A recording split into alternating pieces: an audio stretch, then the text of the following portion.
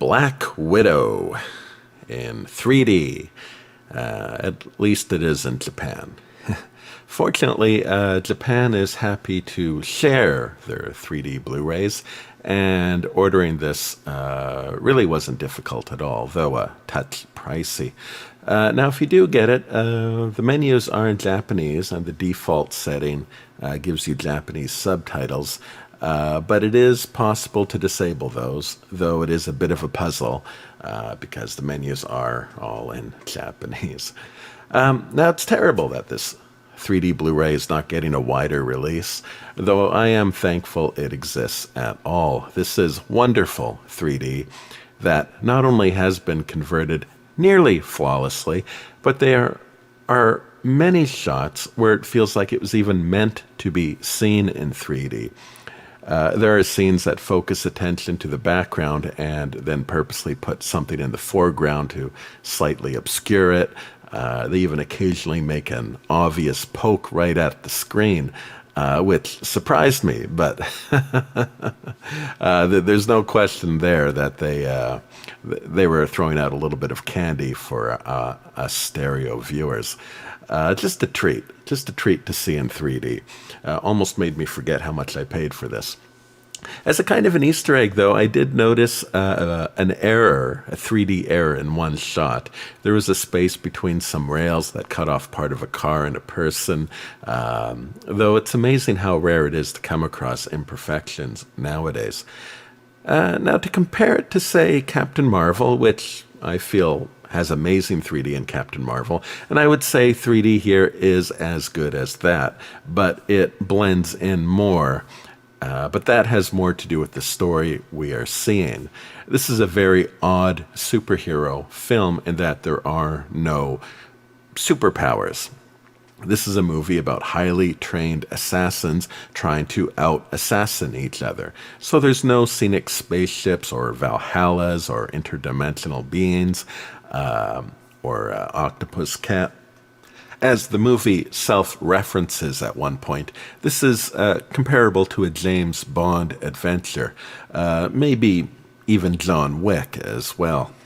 So the 3D is functional rather than showy. You feel the length of the bridges, the hallways squeeze in, the cars and helicopters become a very small place, and beautiful, well-defined glare and dust on the windows of those machines as well. Towards the end, there's a fight in a room that is filled with laser lights, like a laser light show. Seeing these well-defined lines in 3D get disturbed by the fight was a great moment and really is something you can only appreciate while watching this in stereo.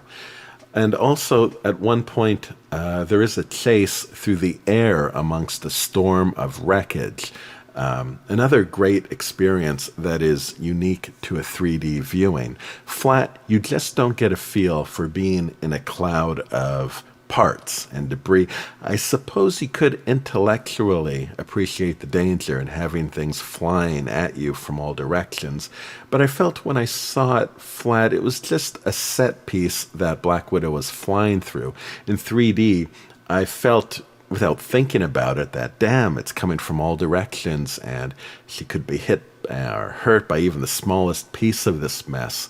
And that feeling is really why I watch 3D. It adds feel. You sense vulnerability in the 360-degree world that we live in. It really instills not only that the characters aren't so much choosing a direction as they are escaping 100 other possibilities. It's the dangerous roller coaster feeling of just holding on. Plot-wise, everything in this movie is sad. The backstory is sad. The story is sad. The battles are sad. The relationships are especially sad. Everyone is guilty. Everyone is a victim. And family is the most dangerous thing of all. Having said that, it's remarkable how entertaining this is, considering there really isn't a happy moment in it. I also don't think I've seen a movie where the characters utter the word sorry so often. I think what keeps this from imploding into its own pathos is the gang of characters recognize that they're all some kind of monster, so they're really not out to make each other more guilty than the other. Now, the other Avengers movies existed to launch their own unique part of the universe. This one is a swan song for Black Widow, and a late one at that. It's too bad this movie wasn't made 10 years ago. I actually really would have liked to have seen this dysfunctional crew come together for some sequels and cameos. I enjoyed it.